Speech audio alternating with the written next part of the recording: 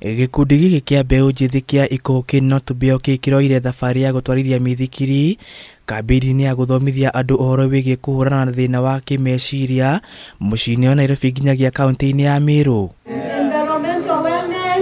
Hari kambini ino yao mbeu njithi aya maroria aruna ao metikire kwiyaragia hindi iria magia na mathina handu ha kwiruta muoyo, undu uria wongererekete muno hari mbeu njithi. Kitu muhimu ni kubonge na kufunguka, even as the Chiromo hospitals say kufunguka. When you open up and then you talk to somebody, you don't necessarily have to go to a counselor, you don't have to be necessarily go to a psychiatrist. Just a friend can be able to make a change.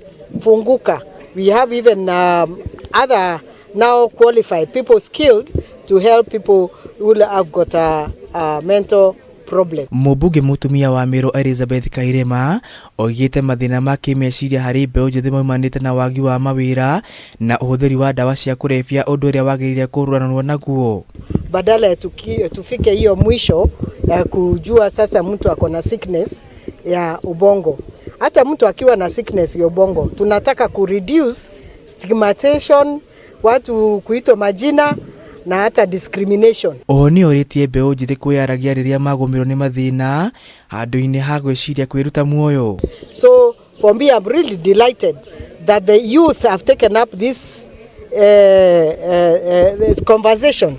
Youth, because wengi wao ni youth na youth ndio wengi hata kwa population. Kuringana na mutongoria wa gikundi giki Dorin Mwenda hindi ya uhandi wa miti thutha wa kurikia thabari ya ofici-ini cia KWS na KFS ni moigite ni meguthingata thirikari irorekeri uhoro wigie andu kwiyita ta murimu wa kimeciria handu ha kuohwo njera. So tunaomba sana kuongea na stakeholders wetu including government to try and find a way that we can be able to help our young people and even people who are suicidal, so that before we start treating you as a criminal, let's find the root cause to kusaidie.